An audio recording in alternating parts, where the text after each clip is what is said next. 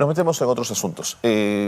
Si hay un profesional en el mundo laboral, digamos, cuya dedicación es transformadora de una sociedad y de un entorno, es el maestro y la maestra, ¿no es cierto? Cada vez es más claro que son imprescindibles en el proceso educativo. Los maestros y maestras son pieza fundamental del proceso educativo. Por eso aquí los vamos a celebrar y los vamos a reconocer siempre. Más hoy, cuando UNESCO rinde homenaje a los y a las docentes líderes en el Día Mundial de los Docentes, que se celebra justo el día de hoy. Ángela Bravo Chacón, especialista en educación de UNESCO Perú, ha tenido la enorme gentileza de acompañarnos esta mañana para hablar justamente de la importancia de los y las docentes. Ángela, ¿cómo estás? Muy bien, Carlos, muchísimas gracias por tenernos aquí en el programa. Es un gusto acompañarlos para justamente, como mencionas, poder celebrar a los maestros, a las maestras en este Día Mundial del Docente, bajo el lema "Los docentes que necesitamos para la educación que queremos", que UNESCO en el mundo está celebrando el día de hoy. En Perú tenemos el 6 de julio, que es nuestro Día Nacional del Maestro, por supuesto. Pero además hay un Día Internacional de los Maestros y las Maestras, que es el día de hoy. Que es el día de hoy, de acuerdo. A ver, Ángel, tengo varias cosas que plantearte en esta conversación que voy a poner a tu consideración. Yo creo que necesitamos a los maestros para arribar a una educación absolutamente transformadora, que además permita desarrollar aprendizajes de calidad, que apele al abordaje de las inequidades en las aulas, ¿no es cierto?, que promueva inclusión y diversidad. Y yo quería preguntarte si tenemos esos maestros en el Perú, Ángela. Sí, bueno, tenemos en el mundo un reto muy grande, todos los maestros y maestras. De hecho, el Perú tiene un caso particular. En UNESCO, a nivel global, se está monitoreando que cada vez tenemos menos personas entrando a la carrera docente. Ajá. En el Perú, en cambio, todavía tenemos una gran bolsa de personas que se dedican a la profesión docente, pero tenemos un problema muy fuerte en la calidad de las personas que entran a la carrera. Por eso es muy importante tener evaluaciones, por eso es muy importante contar con una carrera pública magisterial, donde tenemos ya 226.000 maestros y maestras que han pasado por una evaluación que puede certificar que tienen un nivel básico de competencias para poder ejercer la carrera docente. Sin embargo, esa es una pequeña parte del camino del sistema que tiene que existir para poder asegurar docentes de calidad. Si los maestros no tienen formación continua, si es que no se acompaña socioemocionalmente, el gran reto que es educar en aulas de diversa calidad, de diverso reto con los niños. Imagínate, los padres que tienen 1 o 2 niños a veces no saben qué hacer con ellos el fin de semana porque hay pues mucha demanda, hay mucho estrés para poder trabajar con niños y con adolescentes. Imagínate un maestro que tiene 30, 40 estudiantes con quienes tiene que trabajar. Entonces tenemos un reto muy importante no solo de evaluar, sino también de formar las capacidades y acompañar el desarrollo emocional de los maestros y maestras para que puedan guiar a los estudiantes de la mejor manera. Y esto implica además un reconocimiento social de la carrera docente y un reconocimiento remunerativo, porque de todas maneras es la carrera en nuestro país que tiene y sigue teniendo, al nivel de profesionalismo que se nos exige a los docentes, tener maestrías, estar certificados, tener evaluaciones, una de las carreras peor pagadas cuando nos quedamos en aula. De acuerdo.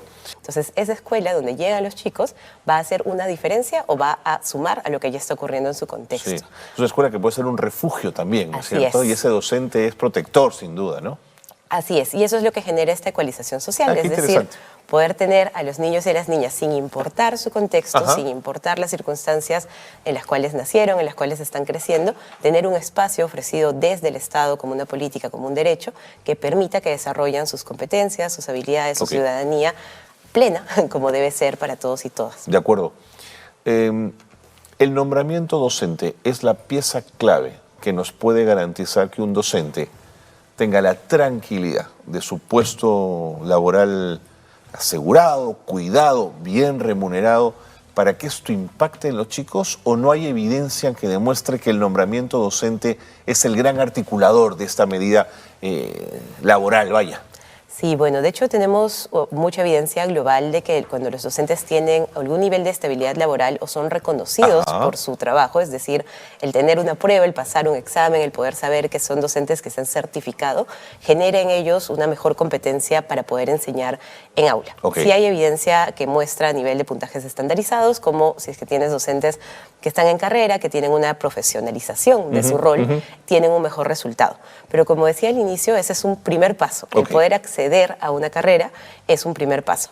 Para eso se necesita mantener, por ejemplo, nuestro sistema de meritocracia. Hay niveles de carrera en donde uno puede seguir escalando. La profesión docente tiene un reto muy particular, que es que uno se queda siendo maestro el resto de su vida. Sí, pues. En periodismo, me imagino, por ejemplo, uno empieza en diferentes roles y después nos mudamos y vamos accediendo a diferentes... No, el maestro siempre está en su aula, ¿no? El maestro está en aula y puede ser una profesión que por ello es muy desgastante y que además se va muy por sentado nuestro rol en aula, porque es tan complejo lo que ocurre ahí para el nivel de aprendizaje que nos vemos como los cuidadores, ¿no? Es un poco una guardería la escuela a los ojos de la sociedad y eso no es así. Los docentes somos profesionales del aprendizaje, somos profesionales de la educación.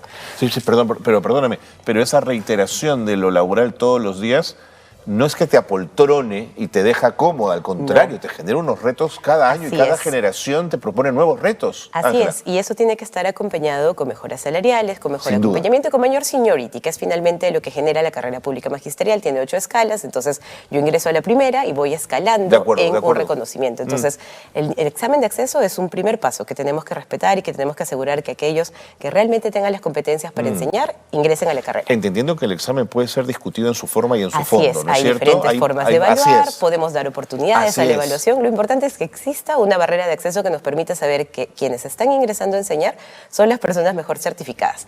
Esto es otro caso también importante en Latinoamérica. Esto debería asegurarlo la universidad o el instituto, ¿no? No debería haber una segunda prueba que nos diga si es que ese profesional que ya tiene un título. Claro, eso dice mucho. Si la academia ya te ha dado un título, ¿para qué necesitas otra validación? Exactamente. ¿No? O países como Corea del Sur, por ejemplo, donde la profesión docente es una de las carreras más reconocidas, más remuneradas. Los padres son muy orgullosos de que sus hijos sean docentes.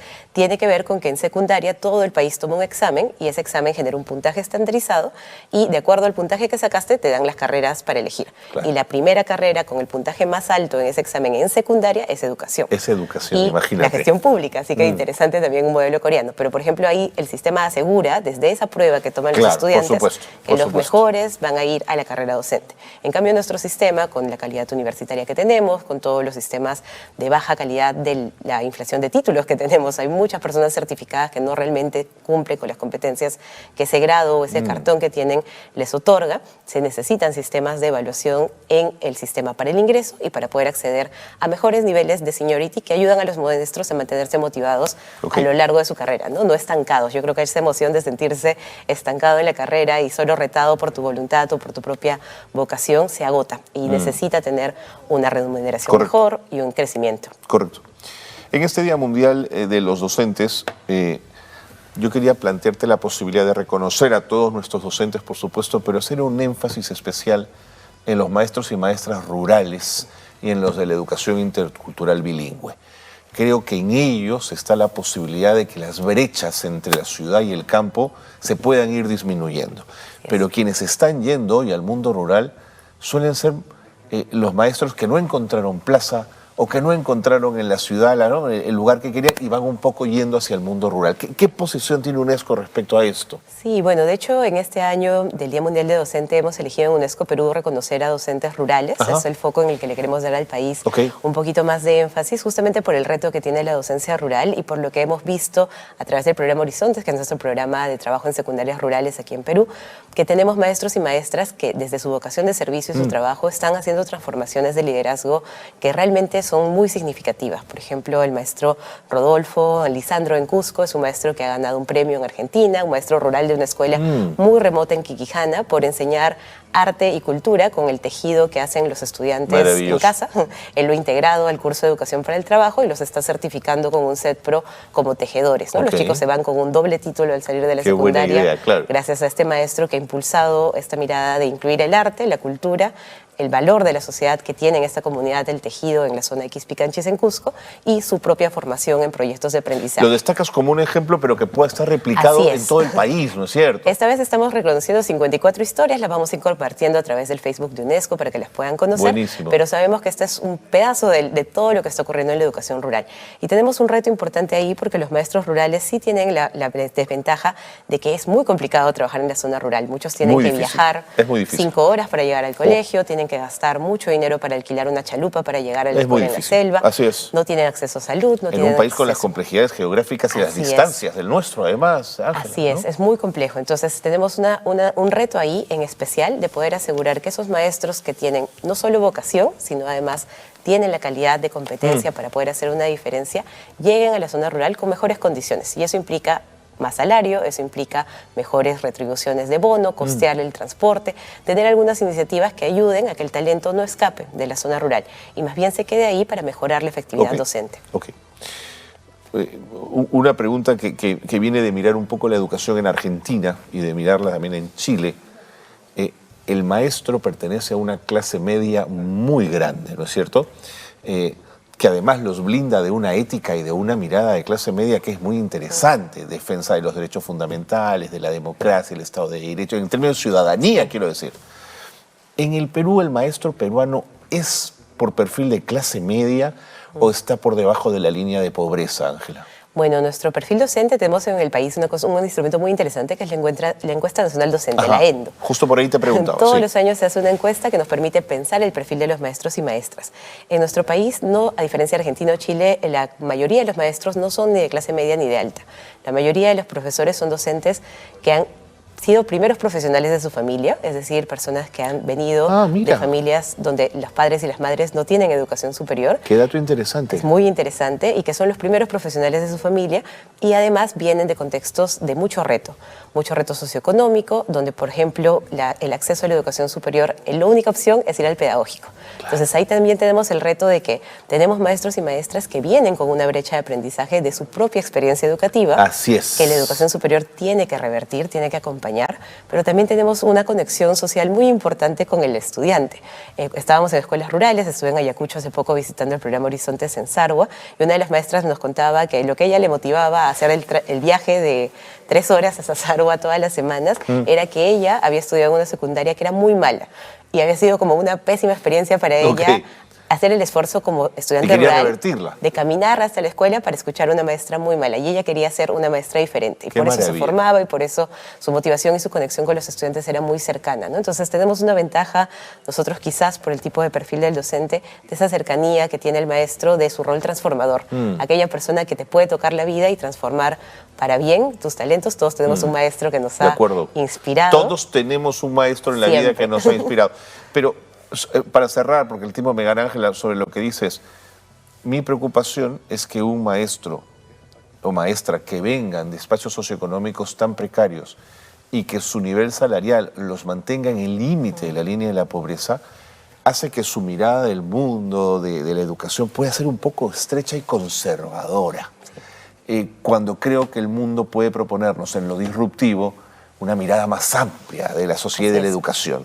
Sí, y viene del otro lado también, porque la sociedad va a encajonar a los maestros como una profesión que es segura y que es una profesión casi como un programa social de empleo. Sí, casi como un salvavidas en muchos casos, ¿no? Entonces necesitamos revertir ese rol del maestro, necesitamos ver que la profesión docente tiene esta importancia tan clave, no solo para educar, para aprender, sino, por ejemplo, tener un docente efectivo reduce tu riesgo de embarazo adolescente, reduce tu riesgo de salir de la secundaria, reduce tu riesgo de no ir a la educación superior. Entonces, en verdad, el reto que tiene para el capital social el país, y lo queremos ver desde una mirada más económica y no solo desde el derecho a la educación, que es lo fundamental, también es importante ese rol porque es la transformación de capital y de talento humano la que puede hacer ese maestro o maestra. Así que si no revertimos esas brechas, esa brecha de, por ejemplo, entender la escuela con una mirada más amplia, poder entender la diversidad como algo que podemos manejar en aulas sin necesidad de ver las limitaciones, ese maestro que tiene 8 estudiantes en una escuela multigrado, no verse como la última rueda del coche, sino con el potencial de tener un aula donde hay 8 estudiantes, donde puedes trabajar con ellos personalizadamente, imagina una escuela lo que desearía para hacer ello, ¿no? Entonces tenemos que revertir un poco este discurso y esta mirada de nuestros maestros revalorándolos. Por eso este Día Internacional del Docente es tan importante. Es tan importante. Bueno, Ángela, yo hoy día he querido recordar a mi profesora Manina de secundaria, a quien recuerdo mucho. ¿A quién recuerdas tú del colegio, Ángela? Recuerdo a mi profesor Juan Asensio, mi profesor de filosofía. De filosofía.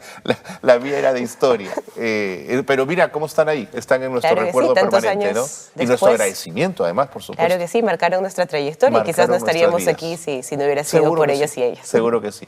Gracias. Gracias hoy por estar con nosotros en el Día Mundial de los Docentes. Gracias por acompañarnos. A ustedes, muchísimas gracias. Así que docentes que queremos para la educación que necesitamos. Ángela Bravo Chacón, especializada en educación de UNESCO Perú, ha estado con nosotros. Fíjense cómo las agencias de Naciones Unidas desde los medios de comunicación también dicen cosas importantes, no solo desde los comunicados que algunos quieren censurar.